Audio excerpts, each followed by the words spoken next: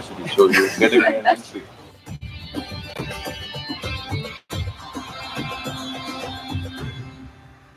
Namaskaram, namaskaram everyone.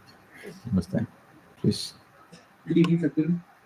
My name is Ayush. I'm a second year MBA student here at IIM Bangalore. The first question that I have for you is, so all of us here at IIM Bangalore, we have been good at academics. That's how we made it to this campus.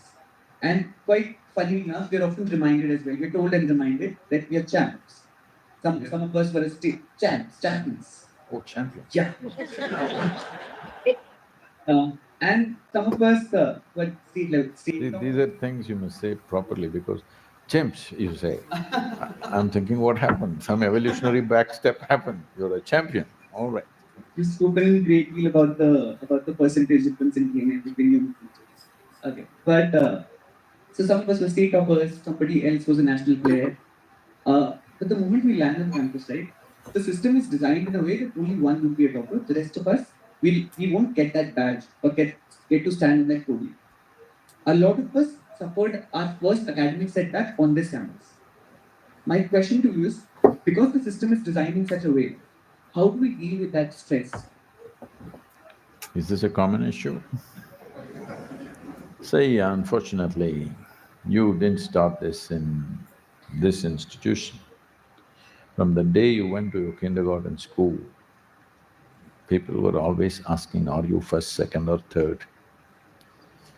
Including your mother did not ask you, how are the other children doing? She asked you, are you first or not? So if you have to be first, every other child has to be below you. If others are doing worse than you, if that's the only pleasure you have in your life, it's a very bad way to live. Well, we managed to do a few things with little force because we're in a competitive mode. Competition means your whole thing is about doing little better than somebody else. This is a very poor way to live because each individual, each human being have their own unexplored genius within themselves. The tragedy of humanity right now is over 90% of the human beings will pass through their entire life, they'll go to their grave without ever touching the innate qualities of what they're competent of, what they're capable of, what they could be. Because everybody's put through the same system, it's an extruder. When you come out, all of you should look the same. See, if you put something through an extruder machine, you're not a technical guy, you're a literature man. So, if you put something through an extruder, all the products should look same. One should shine little better than the other, that's a different matter. But see, when you went to school, they called it a nursery, right? Early on. Like at least you have seen plant nurseries. That means life needs nurture, not extrusion, because every life is unique and it's a possibility. Does somebody have the patience and the commitment to explore that possibility? Unfortunately, we don't. Neither the parents, nor the teachers, nor most adults in the world have the necessary commitment to nurture an individual person to their highest possibility. Everybody's in a hurry. So we best put them through some system and come out. In some way you're useful, in some job. So first of all, we must decide, where do we want to go? What is it that we want to do with our life? See, you're still young, probably this thought never came to you, but let me remind you, we were just talking about this when we were in that room. All of us are dying kind of life, are we? Hello? You're all dying kind or no? I'll bless you with a long life, but are you dying kind or are you immortal people? So what this means is, we have a limited amount of time. We can't control time. It's rolling for all of us. At the same pace, yes or no? Are we in talking terms or no? Is time rolling for all of us at the same pace? Yes. It's going away. As we sit here, we may think, oh, my clock is going like this. No, what's happening is my life is ticking away. It is, for every one of us. Maybe you have a little more time than me, but it's ticking away for all of us. So this limited amount of time, in some way, every human being, whatever their idea of life, they want to max it in some way. Some people want to eat maximum amount of food they can eat, some people want to have maximum pleasure they can have, some people want to earn maximum they can earn, some people want to know maximum things that they can know, whatever. But we want to max it, one way or the other. So to max it, somebody told you if you have education, you can do it, so you're here. In a way, isn't it? If you get this kind of education, you can find maximum expression in the world. It's fine, I have nothing against it. But you should not forget why you're educating yourself. It's not like you shoot somewhere, wherever it hits. Can I tell you a story? This happened. Once Shankaran Pillai was in United States and he was there and things happening, and then his son, who was also in another part of United States, fell in love with an American girl, a white girl, and he married her. Shankaran Pillai said, this is it, finished. We are Indians, we must get an Indian girl. You married a white girl, I'm done with you. We're never going to see you again. So right there in the same country, but he never let him come to their home, nor did he go. But after 3 years, he heard that they have a baby. हाँ Then his wife is having मारे देगा मैं सुन रहा FaceTime मैं with the सुती little रहती हूँ baby and she's in ecstasy, please the grandchild. हम यही सब So he put a rule, you cannot go and see their faces. That no white way baby I यार don't want to see. मैं बहुत एकदम बिरामी भी But one day, मला child is यही growing तारीफ up. चाहिए सुनना One day he just peeped and saw what he's like, oh, my grandchild, he… But you can't let this happen. क्या कर रहा है यार But the बहुत child खाने is पीने को growing up, child became 5 years of age. करिए अब यार जब किसानों काम Then जब slowly, वीडियो है जब video wife said, to hell with you. You coming or not coming, I'm going. They're in Minnesota, I'm going right there. नगर ना यार बका से So he tried to stop her, but he also wants to go. Then both of them traveled. So they were living on a large farm, the son and his wife and the little boy, who's about 6 years of age now.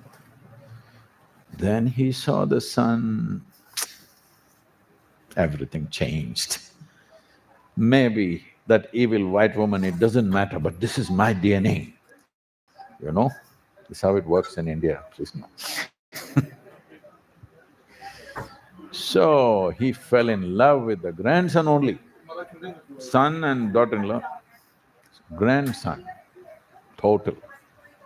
So he was walking around with this little lively thing all around him and he is completely blown away. Then this little boy said, Grandpa, you want to see me? I can shoot an arrow really well. Come, I'll show you. So you took him into the barn. There he saw targets drawn in different places. Everywhere, the arrow is straight in the bullseye. Shankaran Pillai looked at this, what, you did this? He said, yes, Grandpa. From 50 meters, right in the dead bullseye, all right, bullseye. Then immediately he started thinking, this is our DNA. We produced Arjunas, Ekallavyas, the whole legacy what we have. Here it is finding expression in Minnesota. Then he looked at him with tears in his eyes. How do you do this? Grandpa, I first shoot and then write the target around it. Don't do this with your life. So, what is it that we want to do as a life? As a life, you want to become a full-fledged life. How is the question, isn't it? Do it whichever the way you want, but somehow you should become a full-blown life. What is a full-blown life? See, with every other piece of life, if you take a grasshopper or a frog or a tiger or a tree, we know what is a full-fledged mango tree, we know what is a full-fledged tiger, we know what is a full-fledged grasshopper, but we don't know what is a full-fledged human being. Hello?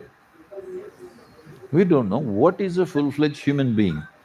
We do so many things and still you don't know whether you're really full-fledged or not, because it looks like there's something more and something more and something more. Even if you're on your deathbed, still it looks like there is something more. Something else could have been done. But this struggle no other creature has. If you're born as a tiger, if you just eat good food, you'll become a good tiger. You're born as a human being, if you just eat well, you're not going to become a good human being. You educate yourself, you meditate, you pray, you go to temple, you mass, church, whatever you call all the gods in the universe, still you don't know what the hell is happening with you. Hello? Just about when you're thinking you're doing well, like you, young children grew up, they became teenagers and they told the parents, you are no good. They've not told you yet, all the adults I'm asking, they've told you. So, what is a full-fledged human being? Once you come as human, you must explore that, isn't it? You can't shoot somewhere, wherever it sticks, write a target and say, I did it. This is okay for a child. You cross that sunshine.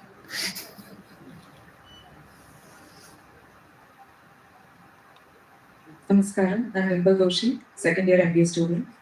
So, Sadhguru, my question is about I, along with a lot of my batchmates, have at some point thought about starting our own ventures, our own entrepreneurial journey. But with the stable jobs that we get with an MBA, the fat paychecks, the entrepreneurial journey always comes with more risks, more uncertainties. So, my question is how do we know that we are mentally ready to take that switch to an unconventional job role? See, it's not that you want to become an entrepreneur or you want to find a job, that's not how you should look at it. Do you want to make a living or do you want to make a life out of you? This is a question. If you want to make a living, just find something safe which will pay you enough. It's done, you get to eat, you have shelter, you have something to drive around, you have something to have fun, done. But there is something within you which troubles you. If you're conscious reasonably, unless weekends if you're getting intoxicated, you won't know. Otherwise, something troubles you when you're not doing what you can do. If you do not do what you cannot do, no problem. If you do not do what you can do, it's a disastrous life. So that disaster will always bother you. You willing to live with that bother or you want to address that? Should we address it? Why can't we just be happy with what we have? It's your choice. Happiness is not even the question, because whether you're happy and or unhappy has got nothing to do with what's around you. People are committing suicide in palaces. Hello? Yes or no? Last year, in 2021, 108,000 people committed suicide in United States. I hate to say this, but it's a fact. Because if they open up the visas for that country, for everybody in India, I think 50% of the people, even if they have to swim and go, they will swim and go. You know, you heard of all these donkey flights and stuff, they're landing up somewhere in Venezuela and walking all the way up to climb the wall and get inside. Because whatever they're thinking they must have through their life, they could have right away, that's the idea. But in that place, over a lakh of people commit suicide per year. Most affluent nations are seeing the rise of suicides and mental illnesses. So somewhere your idea of a heaven is not working. all right? Because human experience is caused from within you. Joy or misery, both comes from within you. Now, what comes from within you, if you try to extract it from outside, we're turning the world upside down. For what? In search of human happiness and well-being. See, don't think some evil people are destroying the planet. No, no, no. It's good people in search of their well-being. We're turning it upside down. Now we see this planet is not enough, so we want to go to other planets and turn them upside down also. All this, if you want to turn it upside down, it's your choice. I'm not against that. But you're doing it in search of your well-being, which will never happen that way. I'm concerned about the inefficiency, not the morality of it. There was a potato farmer. You know what's a potato farmer? So one day he suddenly got a desire to eat mangoes. He went in search of a mango tree, he found a good mango tree, and then out of sheer habit, he started digging, wanting to find mangoes. He dug and he found nothing, he became furious, so he dug furiously. After some time, the tree came down upon him. This is the human story on the planet. The question is not whether you're going to work here or you're going to start your own business or you're going to do something else. The important thing is there something that you want to contribute? Is there something that you think you can fill the gap? Because the world has so many gaps, right? Hello? Human life and the way human societies are structured, there are so many gaps. Suppose you saw a gap and you see that I can fill this, it's fine. But somebody is already filling it, you go and work for them. Don't make this a kind of a thing, am I an entrepreneur or am I going to work for a company? Address this in terms of, do you want to make a life out of this or are you interested in just making a living? That's a poor way to live.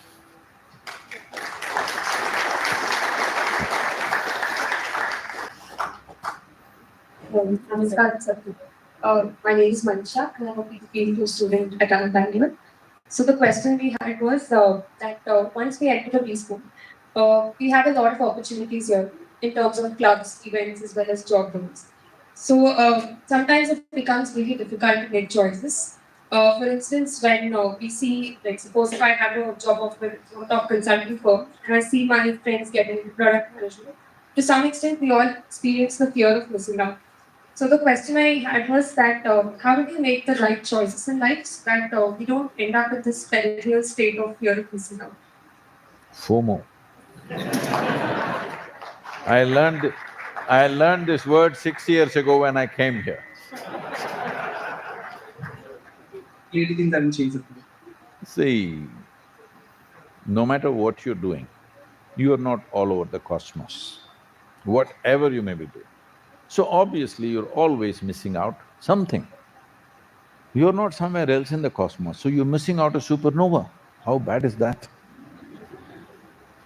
So I'm saying this is a psychological state. So please never misunderstand your psychological drama to be a reality. What's happening in your head, your psychological drama, yes or no? Is it happening anywhere else? No, you're making some drama happen. Maybe it's a mix of combination of thoughts, emotions, opinions, prejudices and multiple things. But essentially it's your drama. Your drama, if you think is existentially true, then you will become a psychological case. You must understand, it's your drama. Whatever is happening in your head right now is your drama. Right now I'll ask you a simple question. Sitting here with your eyes closed, can you think of a tiger? Can you or not? Yes. Can you think of a flower? Yes. Can you think of an ocean, mountain? Anything you want, right? Anything you have seen and recorded, you can replay it in some way. Choice. But if you give up the choice and become compulsive, something is happening, you think it's because of somebody or something. No, no, no. It's your drama. This drama, the moment you are not the director, that's called madness. Different people are at different levels of socially accepted madness. Some are accepted. If you're in accepted level of madness, you'll be in this institution. If you cross that, there is another institution close by.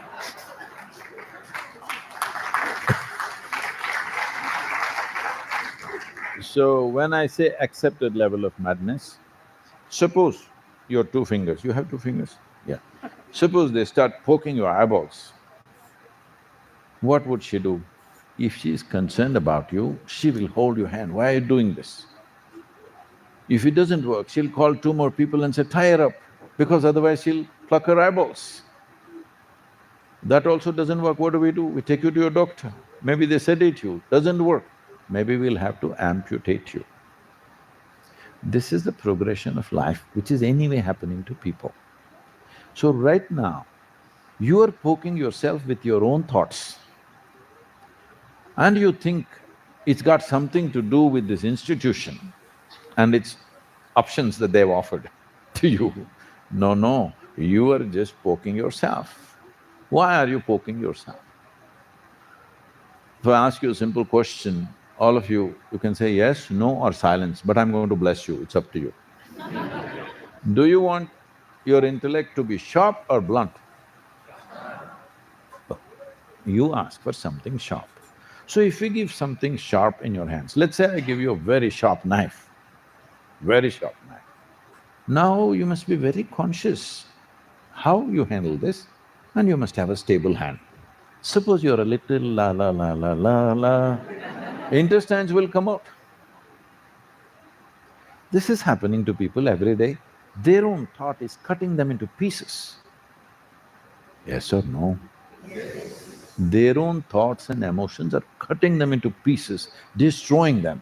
Right now, one of the biggest concerns on the planet right now is mental health pandemic. We are working to mitigate this by creating a certain solution. If you're interested, we'll take you into that. This is called as miracle of mind. This mind is the greatest miracle we have on this planet. Do you agree with me? Yes. Human mind is the greatest miracle on this planet, what it can do. See, you look at a spacecraft and think it's fantastic. You look at a supercomputer, you think it's fantastic. You look at your own phone and you think it's fantastic. All these damn things are little drops out of this miracle, isn't it? Yes? Small drops of this one. We don't know what this will come up with tomorrow. But this miracle, for most human beings, is a misery manufacturing machine. They're cutting themselves into pieces, using it against themselves. If your own fingers are plucking your eyeballs out, everybody here understands that you lost it. Yes or no? But if your own thoughts are poking you, unfortunately everybody thinks it's normal, oh, she's stressed. You call it stress, you call it anxiety, you call it whatever. There are 72 names, 72 versions of mental ailments. Essentially, your intelligence is turned against you. If you remove half your brains, you will be fine, you'll be peaceful. The problem is your brain. You come from Hyderabad, you remember about 5 years ago, I think, one television anchor from Hyderabad city, who was a reasonably popular anchor, she jumped off the 5th floor window of her apartment and killed herself. And she left a note, nobody is responsible for my death, my brain is my enemy. To get your brain to this place, it took millions of years of research and development, which we are just dismissing with one word called evolution. But it's millions of years of trial and error, research and development that today your brain is in this level of competence and now your brain is your enemy. Who else is causing misery to you? Where is the manufacturing unit for all human misery? Bangalore? Oh, I mean Bengaluru. It's in your head, isn't it? So it doesn't matter what kind of miracle is given to you, you have learnt how to make a misery out of it. So essentially the problem is, in your education system, right from your kindergarten, nor in your social structure, unfortunately these days, Nobody has told you how to hold this. Everybody is telling you how to conquer the damn world. Nobody is telling you how to hold this. The quality of your life depends on how you sit here right now. Not in terms of what you wear, what you have, what you parked in your bank, no. How joyful are you right now? This is the quality of your life. Some things we do, some things we don't do in this life. If you try to do everything, you will become mad, 100%. FOMO is madness. This is because you're building things in your mind and believing it is true. See, if you build castles in the air and start believing it's true, we call this neurosis. If you start living in that castle, we call it psychosis. And the third person comes and collects rent for that castle, he's a psychiatrist.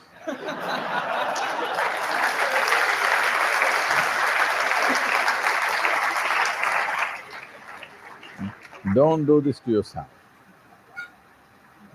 Among the institutions that we have in this country, you're among the best institution. Don't complain about a damn thing. I'm not saying everything is perfect in this place, there's no perfect damn place in the universe. Everywhere, there are pluses and minuses. It's for you to either pick pluses or minuses. If you're thinking there's going to be a perfect place, you're going to die disappointed. There is no perfect place anywhere. We can strive to get it better, but we will never get it perfect because always something better can be done. That's the beauty of life. Always it can be done better than the way it's being done, isn't it? Sadhguru, my next question. So my next question is about leadership. As leaders of tomorrow, we are well aware that we'll be dealing with a lot of stressful situations. Wait Being in the top hierarchy, there'll be a lot of stressful situations, tight deadlines that we'll have to meet. This might give rise to a lot of negative emotions as well, like unresolved anger, jealousy, greed. So, as leaders, when people look up to us tomorrow, how do we deal with this negative emotions such that it doesn't hamper ours or also our team's performance?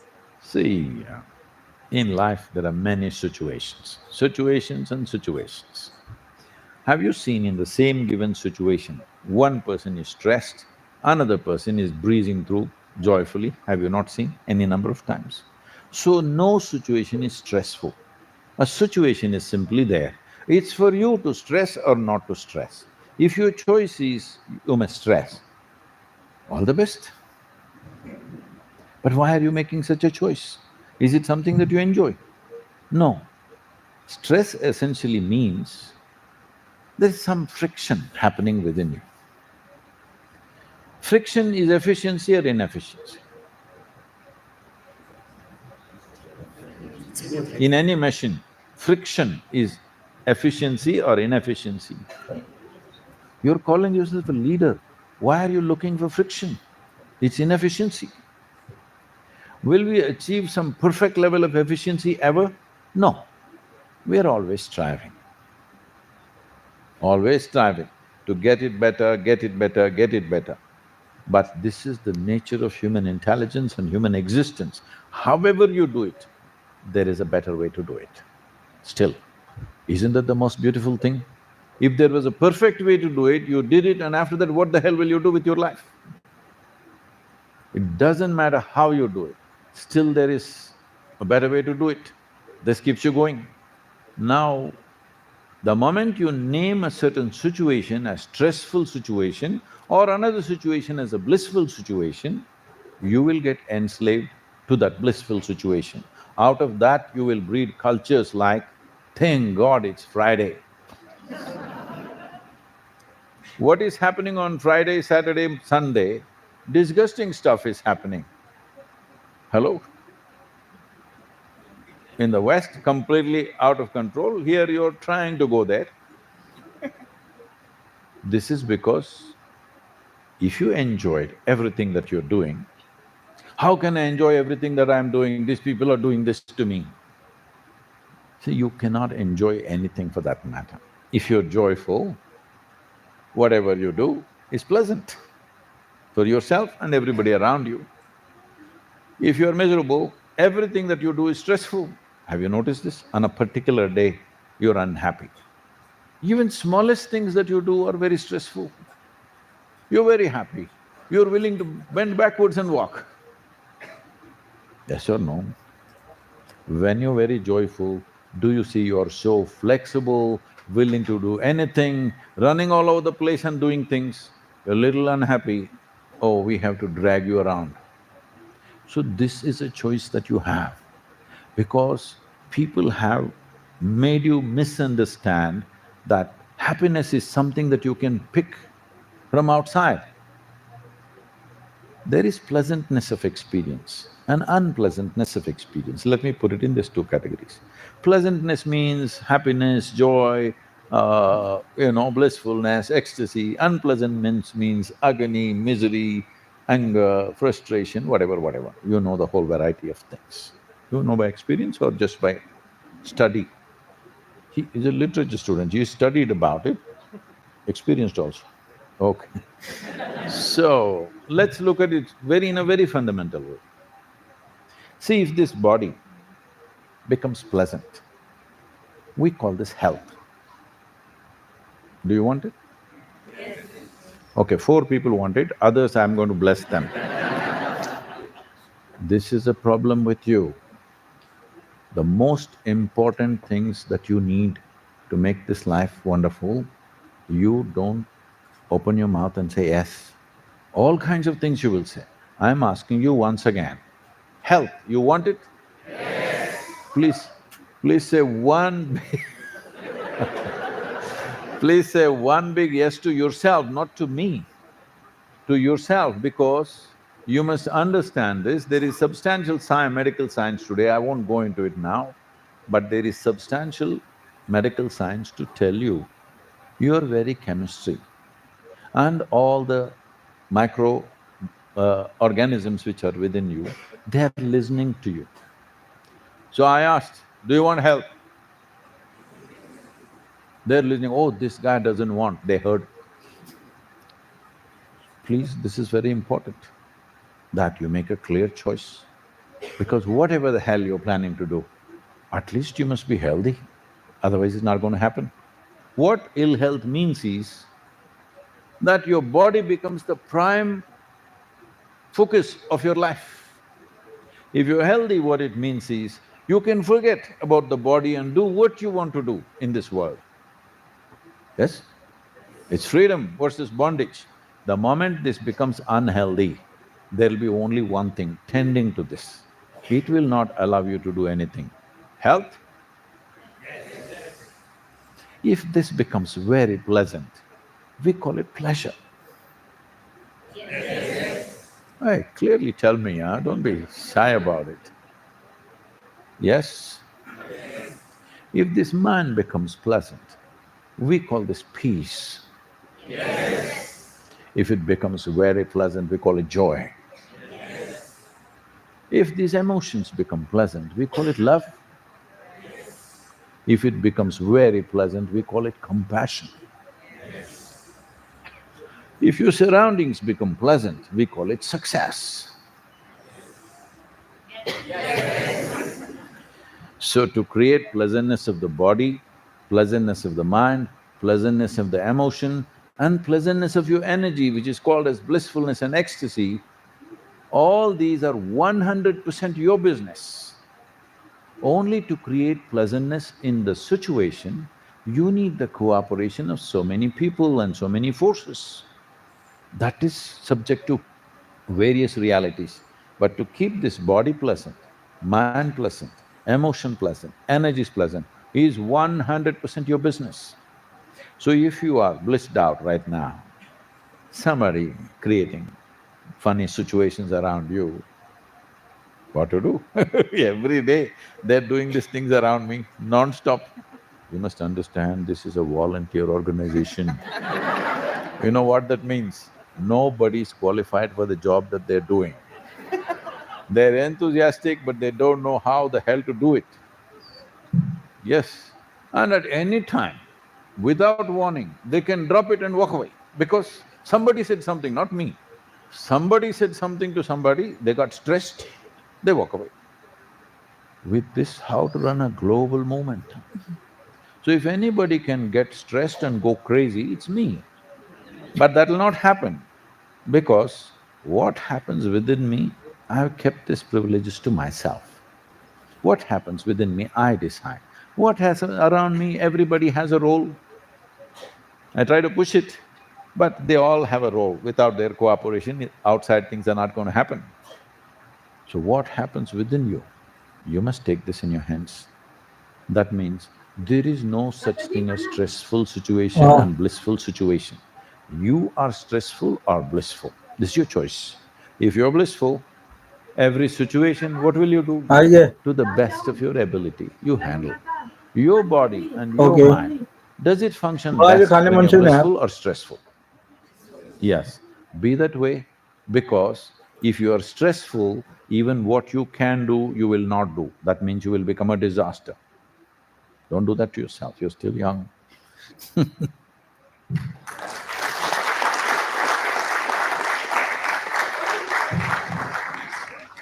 So, I want to talk to you about the idea of detachment. So, What happened?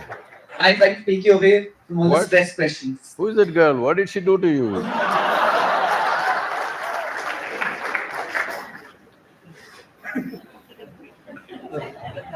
Hey, he's a nice boy, be nice to him, huh? Yeah, another kind of detachment. Alright, so 50, 60 years back, especially in India, right? Most of us, people would spend their lives in one village or one town. They would move, let's say, 20, 30 kilometers around in our relationships. And there's a, like I said, constant expectation to move around. Here also, so in a month's time, we'll get our degrees, and the next day we'll be asked to move out of the campus. And yeah, but we can't say that we don't get attached to all of this, right? I mean, if I speak about myself, after 8 years being out of my home, the hostel room that I have here is where I feel at home, right? So You like the pillow? I'm sorry? You like the pillow? But yeah, I'm just trying to get to the idea of attach. You do get attached to all these things and then it causes pain. So how do we stay detached to all these things? Wow. See, the reason why you call it attachment, the better word for this is entanglement. You got entangled with your sweet pillow. Pillow only, not pillar.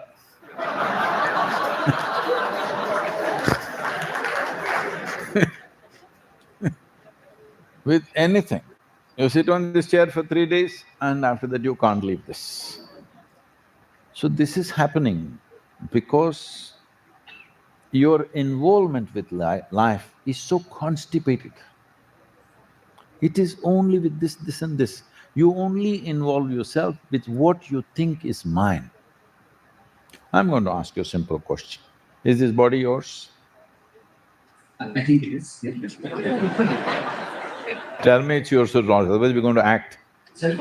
Tell me it's yours or not, otherwise we're going to act. This is mine. It's yours. How did you get this body? From where? Nothing that I did.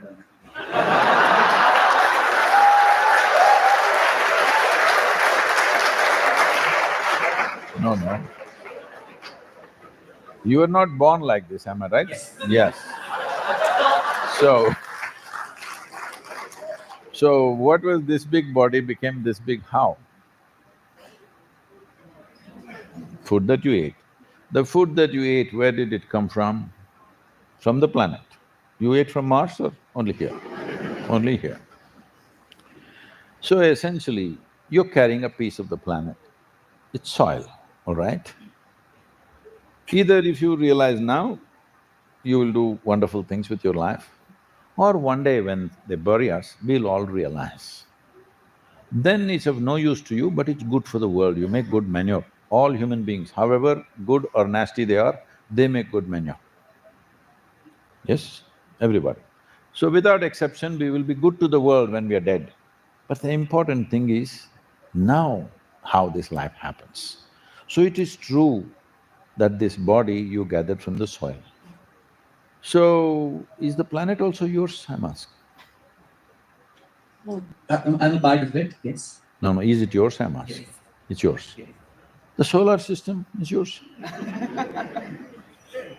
So, Sadhguru, there's only one correct answer, and I assume Huh? there's only one correct answer here. I assume.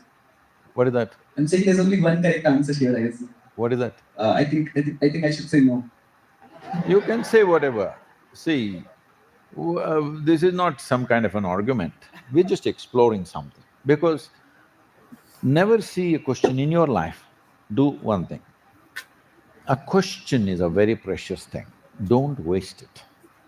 Question is a tool to dig a little deeper. Question is not about proving that you're smarter than somebody. If you don't use the question to dig deeper, you will never go deep enough in your life. Every question that you ask, see if it is going to take you to a little more profound understanding of what's happening around you. Right now, is it true you're carrying a piece of the planet and you're calling it mine? Yes. Yes. How many places from where it came you do not know? As you're breathing, from how many places this air is coming you do not know. So I'm asking, is this planet yours? It's yours. This planet cannot exist in isolation. It has to have a system which we call a solar system. Is that yours, I'm asking? Yes. So your involvement, unfortunately, is very prejudiced. What you think is yours, only with that we are involved, rest you're uninvolved. See, if you see your friend, he. If you see somebody else,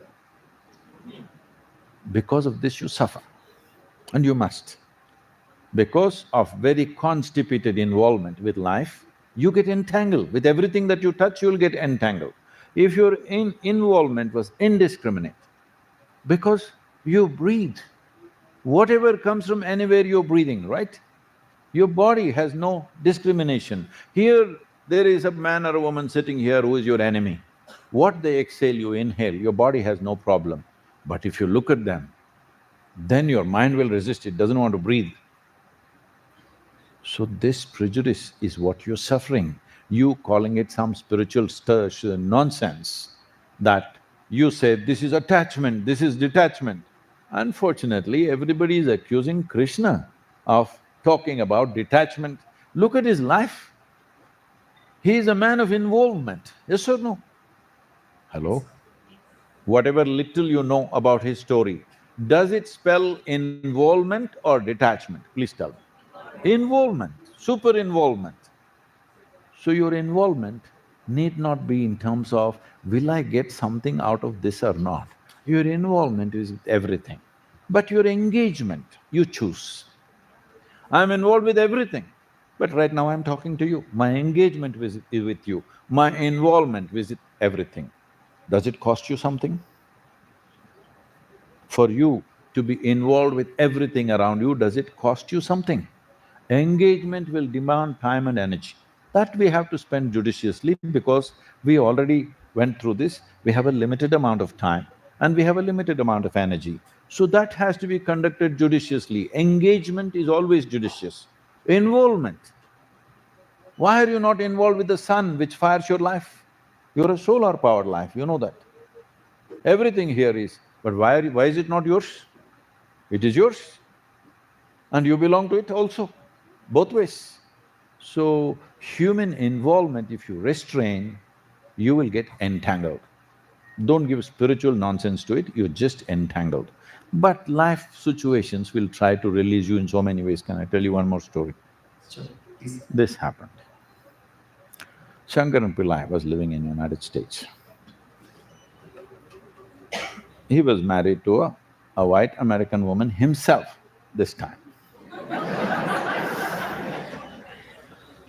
And then one day, both of them were golfers. They went out golfing and they came home. Wife had a little bad golf day.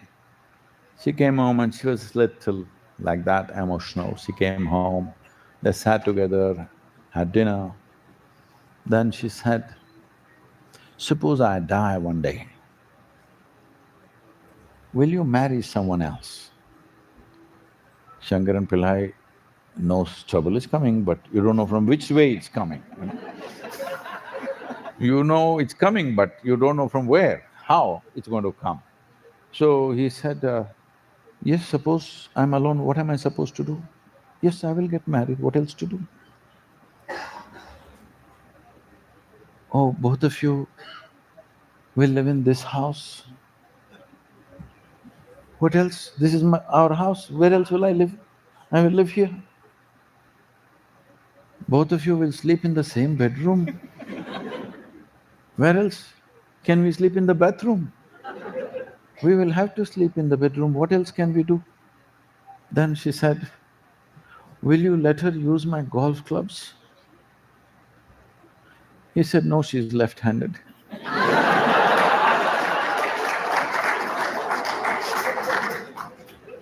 Life will detach you many times. If you're getting too attached, it will release you, don't worry. But don't wait for life to teach you a lesson, because life will teach you lessons in many hard ways. It's best. Being a human being, you're conscious, you don't have to go through what everybody goes through. Sitting here, all the lessons that people did not learn in last 10 generations, you can learn right now, sitting here in 10 minutes. Yes or no, if you're willing. If you keep yourself conscious and alert to what's happening within you, in 10 minutes or an hour's time, you can figure out all the things that your parents and your ancestors struggled with. You can come to a place where you don't struggle with those things anymore. Possible or no? Please do it.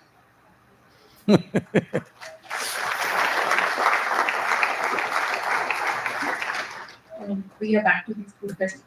So, What question? MBA questions. So, Sadhguru, we often find ourselves prioritizing our work and ourselves over people who truly care for us sometimes. Some of us don't find the time to reply to our friends who are outside campus or attend some family events. So, this often comes with a lot of guilt. So, do you think it's justifiable to lead life like this? Your friends and family, I think they'll be only happy if you do well with whatever the hell you're doing.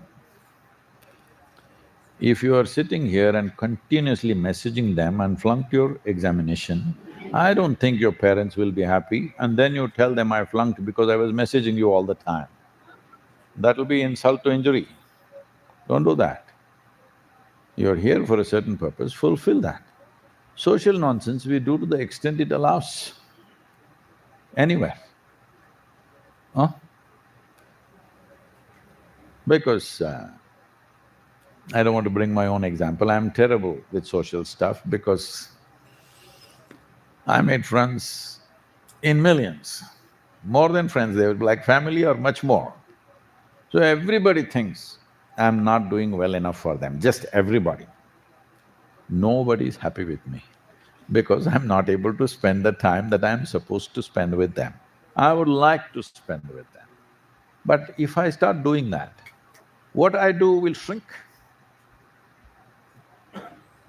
Tell me what should we do? No, it's important, you do your best. It's not about how much time you spend with your family and friends.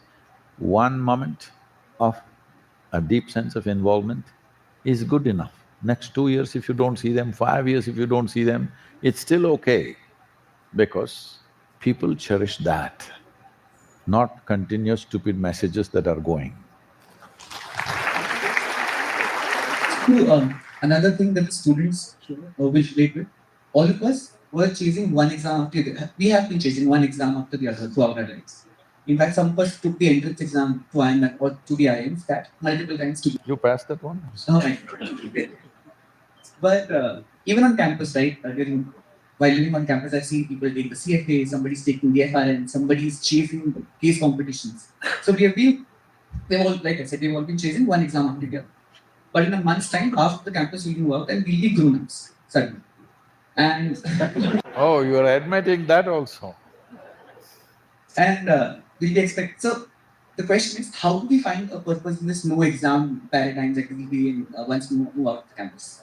Oh, you're gonna miss it, that's what you… I've learned. So what you have been struggling with, you're going to miss it. No, I won't miss it. But then the idea is, too many of us are used to this paradigm, right? Chasing one exam after the other, one thing after something, one after the other. Right? Once we move out, we won't have anything to look forward to except for our jobs, right? We do have our jobs, and it does give us a sense of purpose. But if we are really let's say, accomplish something larger in life, how do we do that once we move out of campus? See, when examination is approaching, you're not bursting with joy to find expression to all the knowledge you have. Yes. No. Yeah.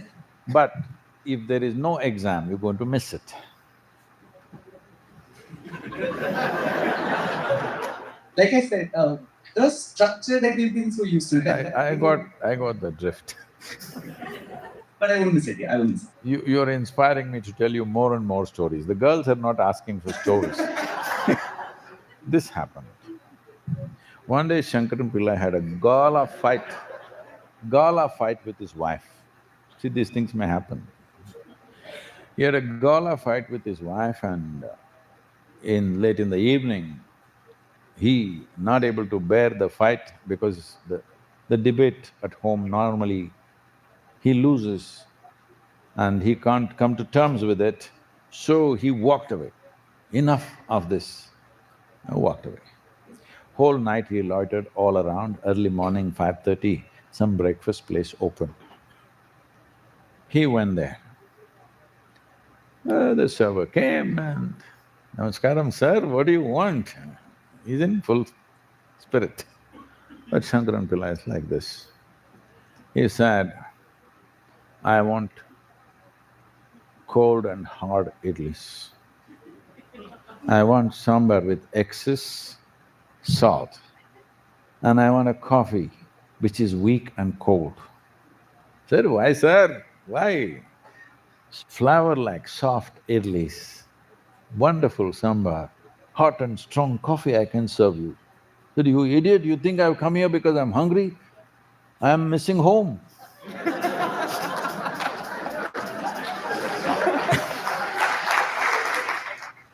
We'll do the audience questions. Namaste Sadhguru, and blessed to see you on my 21st birthday, that's Oh, today. okay. Oh.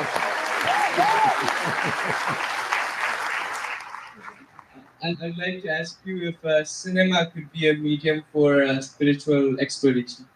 See, cinema, as it goes, is one of the most powerful mediums even today, most impactful. Why is it television not as impactful as cinema? Because in cinema, the biggest advantage is the lights are off. You do one thing, turn on the lights and watch the cinema, the best movie, no impact. The lights are off, suddenly it's a big deal. It becomes more real than real life.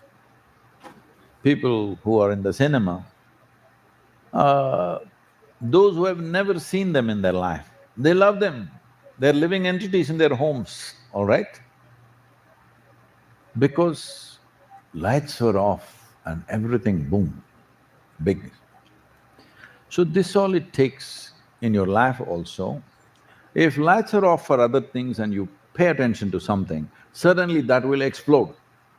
But most people don't have that kind of attention in their life. Especially today, people are carrying attention deficiency as a kind of a badge on their shoulders. So you must understand this, nothing in this universe yields to you unless you pay enough attention, keen enough, strong enough attention, nothing yields to you. You will remain on the surface of life if your attention is not very keen. So how to bring attention? There are many methods, let's not go into it, but cinema does this to people because lights are off, there is no choice, boom, it's all there. So the impact of cinema is very big, should it be used?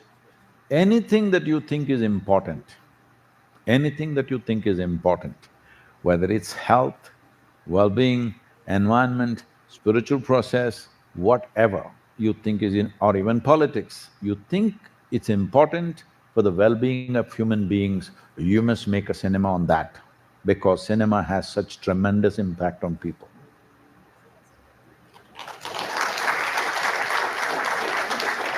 Sadhguru. So sometimes it happens that although we are blissful from the inside, when we start thinking about our long-term plans, those plans gradually they change into overthinking, and then the situation turns stressful. That leads to procrastination. So how do we know where to draw the boundary that, okay, now this is going into the overthinking territory and I should draw a line?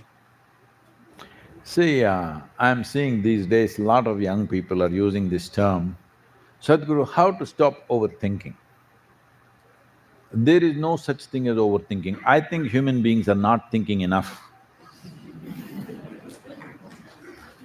What is overthinking? Human brain is made in such a way you can sit here and think about 100 things at the same time. But right now people are teaching you think one thing at a time. Oh, you should have been an earthworm. It's very… don't laugh, it's very eco-friendly. Or maybe you could have been a frog, you could at least think of two things at a time. With this brain, if you think one thing at a time, you're wasting the possibility of being human. Because there is so much friction in your head, now you think one thing itself is freaking me, if I think 10 things, what'll happen?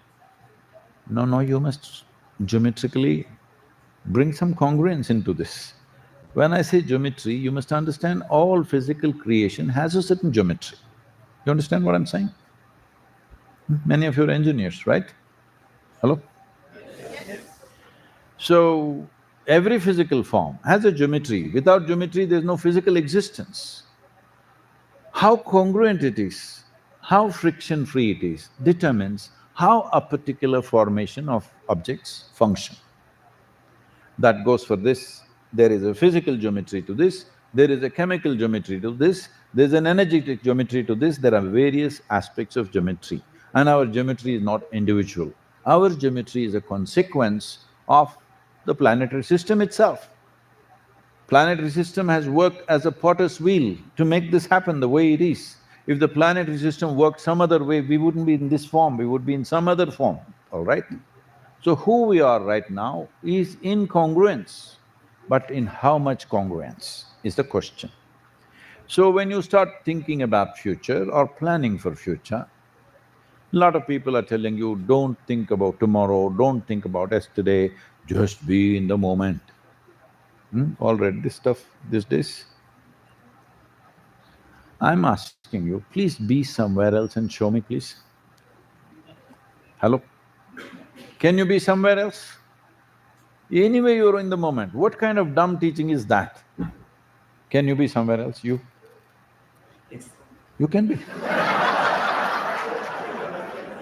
All I mean is, physically I'll be here and I'll be used to No. I got you. You're here, but you're thinking, let's say, of Mumbai. What's wrong thinking about Mumbai? What's wrong planning to go to Mumbai? What's wrong planning to go to moon? Oh, I'm here, so I should not think about anything. What kind of dumb stuff is that? So unfortunately, this is passing off as spirituality. Generally, most people's understanding of spirituality is, it is a disability. If you say, I'm spiritual, first thing they'll ask you is, what are all the things you will not do? No, if you are spiritual, you can do any damn thing without getting entangled in anything. Full 360-degree life. I can do only this, that's not spiritual, that's a constipated life. If you are spiritual, you should be different. Anyway, coming to this process, it is very simple. See, you are who you are right now as a person. You have a certain amount of memory. You have memory. You, as a person, you are this person only because of certain kind of memory. What is the difference between this person and this person? Oh, this is one kind of memory, this is another kind of memory. If both these people had exactly same memory, they would be the same chat GTP. Different kind of memory is what is making you different in experiences, different in opinions, different in everything. So there is a memory. Using this memory, we will run a certain imagination.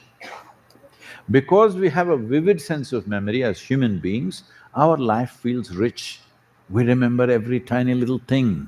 Somebody smiled at us, somebody did some little act of love or kindness to us, little things, everything we remember. Because of this, if you didn't have this memory, you had just a vague sense of something, your life wouldn't be rich. So your life is rich essentially because of memory. But a whole lot of people suffer this memory immensely. You ask people, what are they suffering? What happened 10 years ago, they're still suffering. What may happen day after tomorrow, they're already suffering. Because they don't understand, they're suffering their memory and imagination. They think they are suffering life. They're not suffering life, they're suffering their own memory and imagination. These two faculties of vivid sense of memory and fantastic sense of imagination is what sets a human being apart from every other creature on the planet.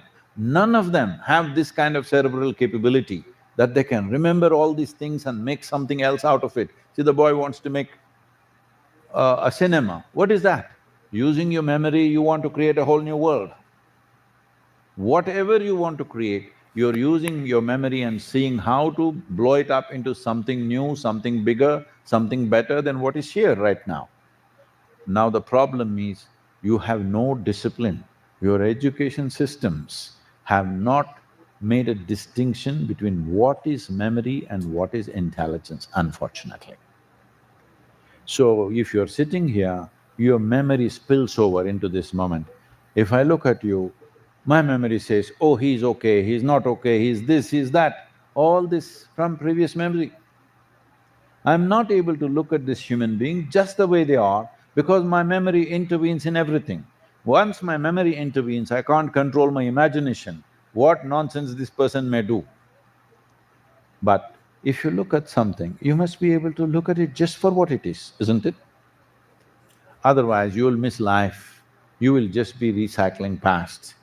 If you don't have this discipline, where is memory, where is imagination, where is the awareness of experience right now? If this distinction is not there, you will not live a life, you will just be a psychological case, but you think you're living a life. Your thought and emotion is not your life. This life is bigger than your thought.